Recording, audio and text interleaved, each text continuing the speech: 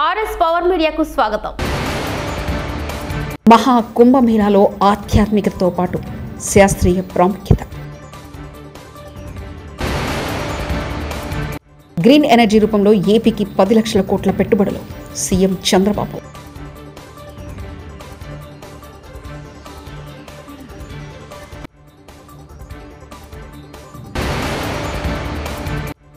మరి కాసేపట్లో ప్రారంభం కానున్న వైఎస్ అభిషేక్ రెడ్డి అంత్యక్రియలు.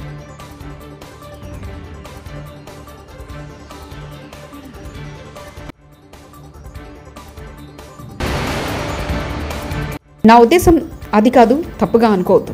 దిల్రాజ్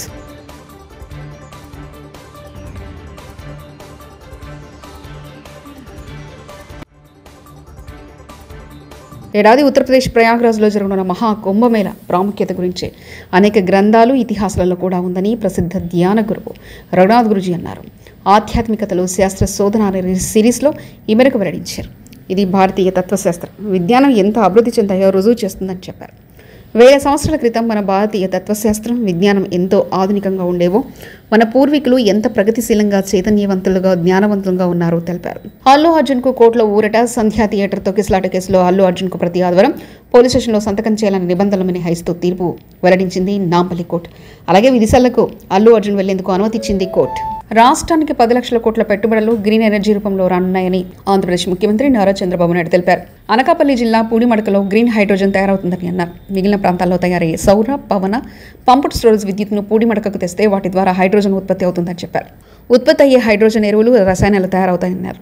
ముఖ్యమంత్రి చంద్రబాబు ఇవాళ మీడియాతో ఇష్టాగోష్ఠి నిర్వహించారు. హరిత ఇంధనం ద్వారా తయారయ్యే వీటికి విదేశాల్లో మంచి డిమాండ్ ఉందని, దీంతో ఎగుమతులు పెరిగి మనకు లాభం వస్తుందన్నారు. అల్యూమినియం, ఉక్కు ఉత్పత్తికి హైడ్రోజన్ వాడితే వేడి బాగా తగ్గుతుందని తెలిపారు. ఎన్టీపీసీలో బొగ్గు మండించడం ద్వారా వచ్చి కార్బన్ డైఆక్సైడ్ను పూడి మడక తెచ్చి హైడ్రోజన్ ఉత్పత్తికి వాడితే కాలుష్యం తగ్గుతుందన్నారు. గ్రీన్ కో కంపెనీ కాకినాడలో నాగార్జున ఫెర్టిలైజర్ టేక్ చేసి గ్రీన్ అమోనియా తయారు చేసి విదేశాలకు ఎగుమతి చేస్తారని చెప్పారు. ఈవ్ టీజింగ్ కు పవన్ వార్నింగ్. అమ్మాయిలను వేధిస్తే ఈవ్ టీజర్ల భరతం పడతామని డిప్యూటీ సీఎం పవన్ కళ్యాణ్ హెచ్చరించారు. పిఠాపురం పర్యటనలో ఆయన మాట్లాడుతూ, ఈవ్ టీజింగ్ అనేది నాకు చాలా చిరాకు. ఆడపిల్లల్ని వేధించి అదో గొప్ప విషయం అనుకుంటే తొక్కి నార తీస్తా. ప్రతి ఇంట్లోనూ ఆడపిల్లలు ఉన్నారు. పోలీస్ శాఖ కూడా చాలా బలంగా చెప్తున్నా, పిఠాపురంలో ఇంకోసారి ఈవ్ టీజింగ్ అనేది కనిపించకూడదని పేర్కొన్నారు. ఈవ్ టీజింగ్ అనేది నాకు చాలా చిరాకు. నిస్సహాయ స్థితిలో ఉన్న ఆడపిల్లల్ని వేధించడం అనేది మగతనం కాదు. అది మీరు మగతనం కావాలంటే జిమ్నాస్టిక్స్కి వెళ్ళండి. మీరు మగతనం ప్రూవ్ చేయాలంటే దేశం కోసం ఒళ్ళుంచి ఆర్మీలో జాయిన్ అవ్వండి. ఆడపిల్లల్ని ఏడిపించి అది మగతనం అంటే తొక్కి నారత్తిస్తాం, పిచ్చ పిచ్చ వేషాలు వేస్తాం.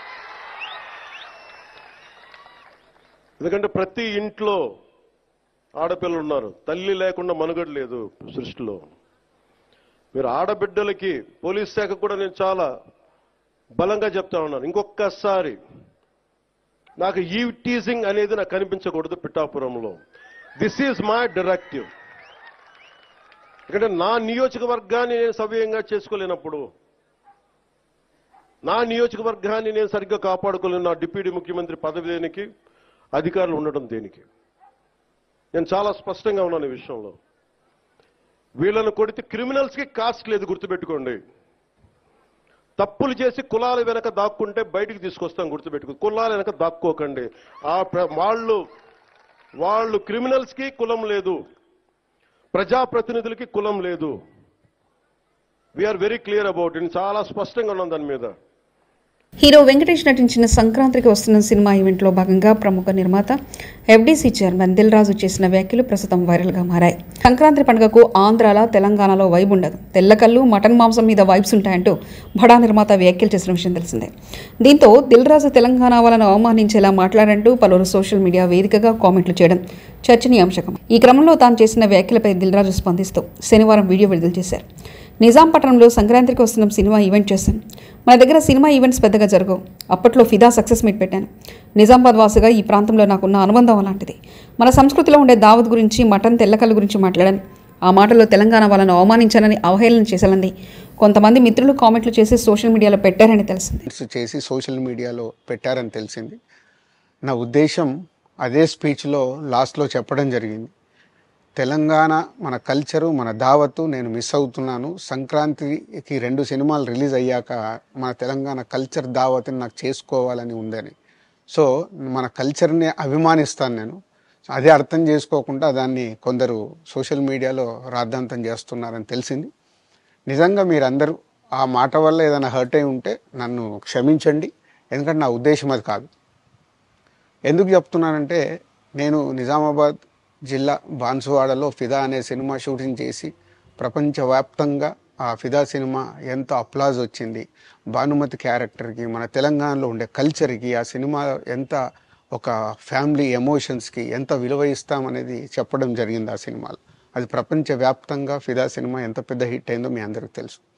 అలాగే బలగం అనే సినిమా తీసినప్పుడు తెలంగాణ సమాజం మొత్తం మమ్మల్ని అభినందించింది.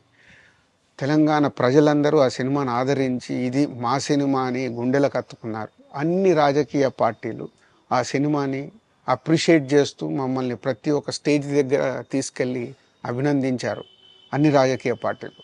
సో ఒక తెలంగాణ వాసిగా ఒక తెలంగాణని అభిమానించే నేను తెలంగాణని హేళన చేస్తానని ఎలా అనుకున్నారో నాకు తెలియదు. పోతే దాంట్లో ఏదైనా మీ కమ్యూనికేషన్లో తప్పుగా అర్థమైంటే నన్ను క్షమించండి. మీ మనోభావాలు ఆ కొందరు ఎవరైతే దెబ్బతిన్నాయని అనుకుంటున్నారో వాళ్ళందరికీ నా విజ్ఞప్తి, మీ మనోభావాలు దెబ్బతింటే నన్ను క్షమించండి. ఇప్పుడు నేను ఒక సినిమా ఇండస్ట్రీ ఫెటర్నీ నుంచి ఎఫ్డీసీ చైర్మన్గా అయ్యాను. సో మీ అందరికి తెలుసది. సో ఇటు సినిమా ఇండస్ట్రీకి అటు ప్రభుత్వానికి మధ్యలో ఉంటూ సినిమా ఇండస్ట్రీకి అవసరపడ్డట్టుగా నేను అన్ని సహాయ సహకారాలు చేస్తూ ఈ హైదరాబాద్లో హెల్దీ వాతావరణము, తెలుగు సినిమాకి, తెలంగాణలో అభివృద్ధి చెందాలనుకునే యువతకి అందరికీ నేను ఉపయోగపడేలాగా ఉండాలి.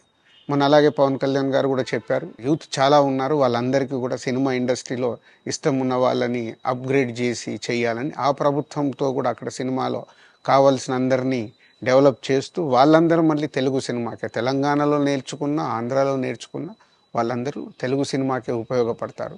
సో అందరికీ తెలంగాణలో ఉండే అన్ని రాజకీయ పార్టీలకి నా విజ్ఞప్తి, నన్ను రాజకీయాల్లోకి లాగకండి. అలాగే ఎఫ్డీసీ అనేది కూడా సినిమాకి ఉపయోగపడే లాంటి అభివృద్ధి పనుల గురించి అవే చేస్తాను తప్పితే అది రాజకీయాలకు సంబంధించింది కాదు.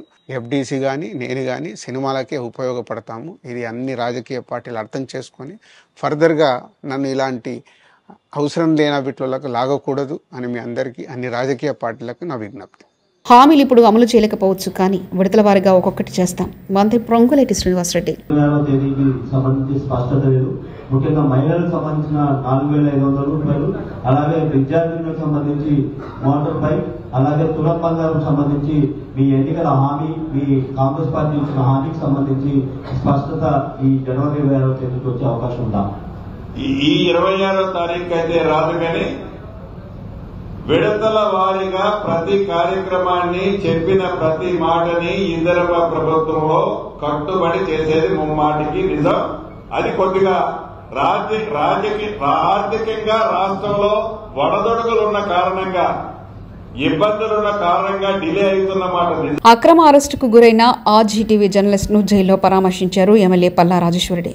మాజీ మంత్రి ఎర్రబెల్లి దయాకర్ రావు కాంగ్రెస్ ప్రభుత్వాన్ని ప్రశ్నిస్తూ వీడియోలు చేస్తున్నారని ఆర్జీటీవీ రిపోర్టర్ రాజ్ కుమార్ పై కేసు నమోదు చేసి రిమాండ్కు తరలించగా, జనగామ సబ్ జైల్లో ములాఖత్ ద్వారా రాజ్ కుమార్ ను పరామర్శించి ధైర్యం చెప్పిన ఎమ్మెల్యే పల్లా రాజేశ్వరరెడ్డి, మాజీ మంత్రి Errabelli Dayakar Rao.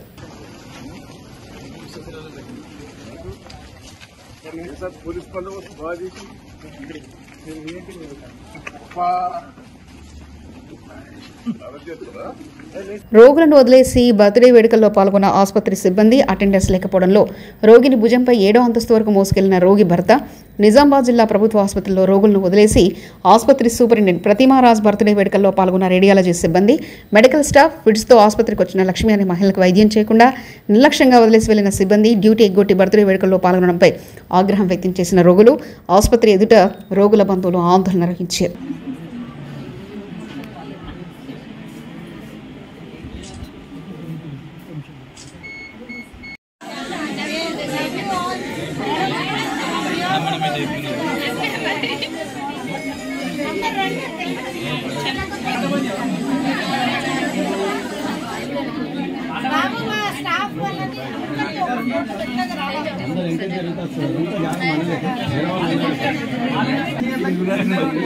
Side please. Blue side please. సంక్రాంతికి సొంతూళ్లకు వెళ్లే ప్రయాణికులతో హైదరాబాద్ విజయవాడ జాతీయ రహదారిపై శనివారం ఉదయం రద్దీ పెరిగింది. దీంతో అబ్దుల్లాపూర్ మెట్ నుంచి కొత్తగూడెం వరకు వాహనాలు నెమ్మదిగా కదులుతున్నాయి. చౌటుప్పల్ పతంగి టోల్ ప్లాజా వద్ద ట్రాఫిక్ జామ్ ఏర్పడింది. సిబ్బంది 10 టోల్ బూత్ల ద్వారా ఏపీ వైపు వెళ్తున్న వారిని పంపిస్తున్నారు. హైదరాబాద్ వైపు వచ్చేవారిని 6 గేట్ల ద్వారా పంపిస్తున్నారు.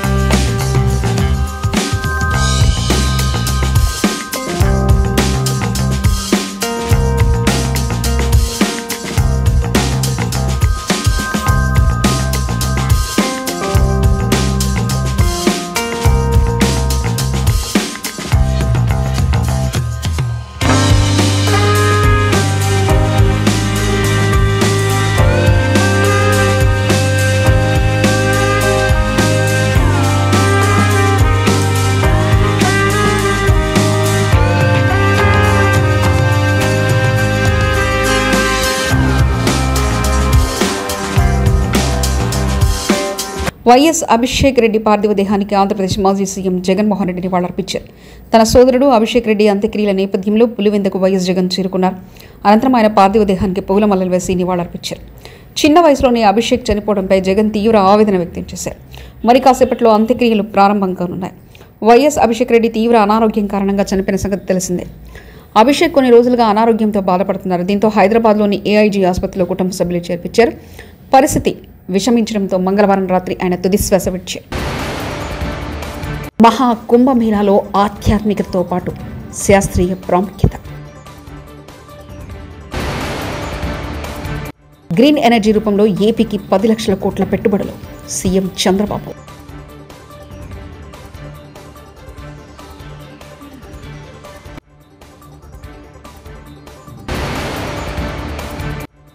మరి కాసేపట్లో ప్రారంభం కానున్న వైఎస్ అభిషేక్ రెడ్డి అంత్యక్రియలు.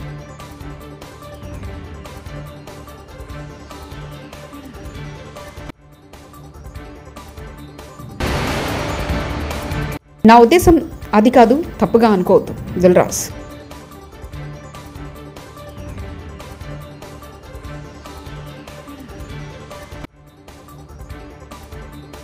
మరిన్ని న్యూస్ కోసం చూస్తూనే ఉండండి RS పవర్ మీడియా.